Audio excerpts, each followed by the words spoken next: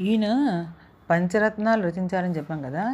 అందులో పంచరత్నాలు కొవ్వూరు, తిరువత్తియూరు, నాగపురి, శ్రీరంగం, నారద వీళ్ళందరి మీద కూడా ఆయన పంచరత్నాలు రచించారనమాట. అలాగే ఈయన విశిష్టమైన సంగీత సాంప్రదాయాన్ని సృష్టించినటువంటి బ్రహ్మ అనమాట. అలాగే పల్లవి సూత్రంగాను, అనుపల్లవి వ్యాఖ్యగాను, చరణం భాష్యంగాను ఈయన రూపుదిద్దిన సంగీత శిల్పి ఈయన. అందుకని అలాగే ఈయన సంగతులు ప్రయోగం కూడా ఈయన కృతుల యందు ఎక్కువ ఉంటుందన్నమాట. ప్రత్యేకత సంతరించుకుంది. ఈయన కృతుల్లో సంగతులు అని చెప్పి వేస్తారు, అది చాలా అనేది. అలాగే అపూర్వ రాగాల్లోనూ నూతన రాగాల్లోనూ కూడా ఈయన కృతులను రచించారు ఈయన. అలాగే ఈయన తోడు రాగం అంటే ఈయనకు చాలా ఇష్టం. అందుకని చెప్పి దాన్ని షడ్జమంతో ప్రారంభించి తారస్థాయి షడ్జమం దాకా ఉండే ఆ స్వరాలతోటి ఈయన సంగీత కృతులను రచించారనమాట. ఒక్కొక్క దాని మీద ఒక్కొక్క కృతి ప్రారంభంతో. అలాగే అంటే స్వరాష్టకం అని చెప్పి తోడురాగా సంపూర్ణ స్వరూపాన్ని దాంట్లో చూపించారు. అలాగే ఈయన రేవగుప్త రాగంలో గ్రహబలమేమి అనే కృతిలో గ్రహ అనే పదాన్ని విశేషంగా ఉపయోగించారు. అలాగా అనుగ్రహ, విగ్రహ, నిగ్రహ, ఆగ్రహ, అగ్రేసర్లు ఇలా అని పద ఎంతో సామర్థ్యంతో దాన్ని చేశారనమాట. అలాగే ఈయన రచనలు చాలా తేలిక సరళంగా ఉంటాయని చెప్పాం కదా. అలాగే ఇందులోనూ సూక్తులు, సామెతలు, లోకోక్తులు మనస్సును ఉద్బోధిస్తూ సంగీతానికి చాటి చెప్పిన కృతులు ఎన్నో ఉన్నాయి ఈయన. అలాగే ఈయన దివ్యనామ కీర్తనలు కూడా చేశారు, ఉత్సవ సాంప్రదాయ కీర్తనలు కూడా చేశారు ఈయన. అలాగేను ఈయన త్యాగబ్రహ్మ, నాదోపాసన చేసి ముక్తి పొందొచ్చు అనేది బేగట రాగంలో నాదోపాసన అనే కృతిలో చెప్పారు ఈయన. అంటే మనం నాదోపాసన ద్వారా అంటే పాట ద్వారా కూడా మనం పాటలు పాడి భగవంతుడికి పెద్ద పెద్ద అర్చనలు, పెద్ద పెద్ద పూజలు చేసేయక్కర్లేదు. కేవలం ఏదో ఒక రోజు ఒక కృతి పాడుకుంటూ అలా దేవుణ్ణి పాటతో కూడా అర్చించవచ్చు అని చెప్పే విషయాన్ని చెప్పారనమాట. అలాగే ఈయన కృతుల్లో మహిమలు ఉన్నాయి. అవేంటి అంటే, ఒక వ్యక్తి చనిపోయినప్పుడు ఈయన నా జీవాధార అనే కృతిని పాడి అతన్ని, అది చాలా కష్టమైన శైలి అనమాట, అది బిలహర్ రాగంలో ఉంటుంది. ఆ కృతిని ఆయన పాడి ఆ వ్యక్తిని పునర్జీవితం చేశారట. అలాగే దొంగలు వచ్చి చాలా ఇబ్బంది పెడుతుంటే ఈయన దర్బార్ రాగంలో ముందు వెనక ఇరుపక్కల తోడై అని చెప్పి ఆ ఒక కృతిని రచించేసరికి ఆ దొంగలు పోరు తప్పిపోయింది వాళ్ళకి. అలాగే జ్యోతిస్వరూపిణి అనే రాగాలాపన చేసేసరికి దీపం వెలిగిందిట. ఈయన వెంకటేశ్వర స్వామి ముందు కూర్చుని ఒక కృతి రాశారు, ఏది తెర తీయగరాదా అని చెప్పి గౌళిపంతు రాగంలో స్వామిని కీర్తించేసరికి ఆయన తెర పక్కకి తప్పుకుందిట. ఆయన దర్శనం ఇచ్చాడు ఆయన. అలాగే రథం ఊరేగింపు జరుగుతుండగా ఒకరోజు ఆగిపోయిందిట.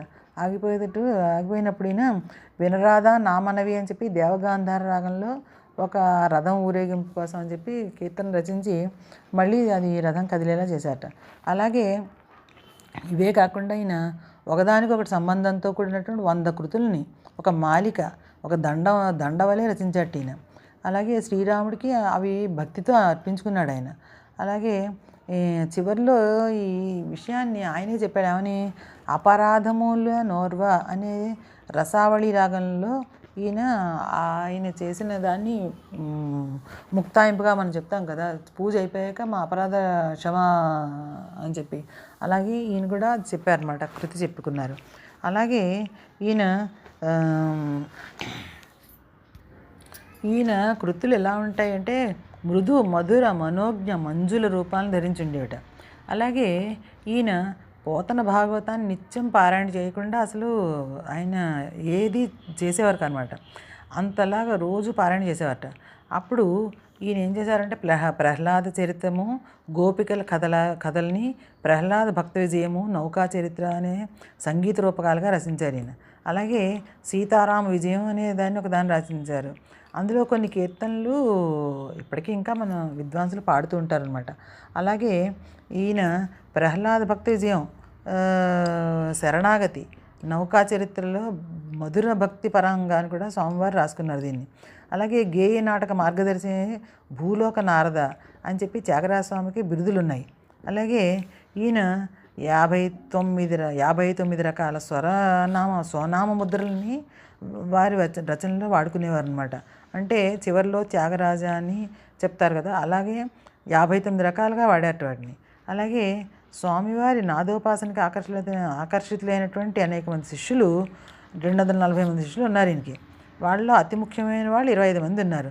అందులో అతి ముఖ్యమైన వాళ్ళు ఒక 10 మంది దాకా పేర్లు ఉన్నాయి మనకి.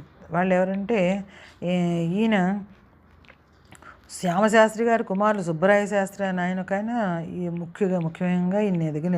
అలాగే స్వామివారి మేనత్త కుమారుడు మానాంబు చావిడి వెంకట సుబ్బయ్య నాయన, అలాగే వాలాజీపేట వెంకటరమణ భాగవతారు, వీణా కుప్పయ్యారు, అలాగే తిలస్థానం రామయ్యం గారు, అలాగే సాజిరి సీతారామయ్య గారు, అయ్యా భాగవతారు గారు, గణేష్ అయ్యర్ గారు, వాలాజీపేట కృష్ణ భగవతారు గారు. ఇలాగ వీళ్ళందరూ కూడా ఈయన యొక్క శిష్యుల్లో 240 మంది శిష్యుల్లోనూ అతి ముఖ్యమైన వాళ్ళు అనమాట వీళ్ళు. అలాగే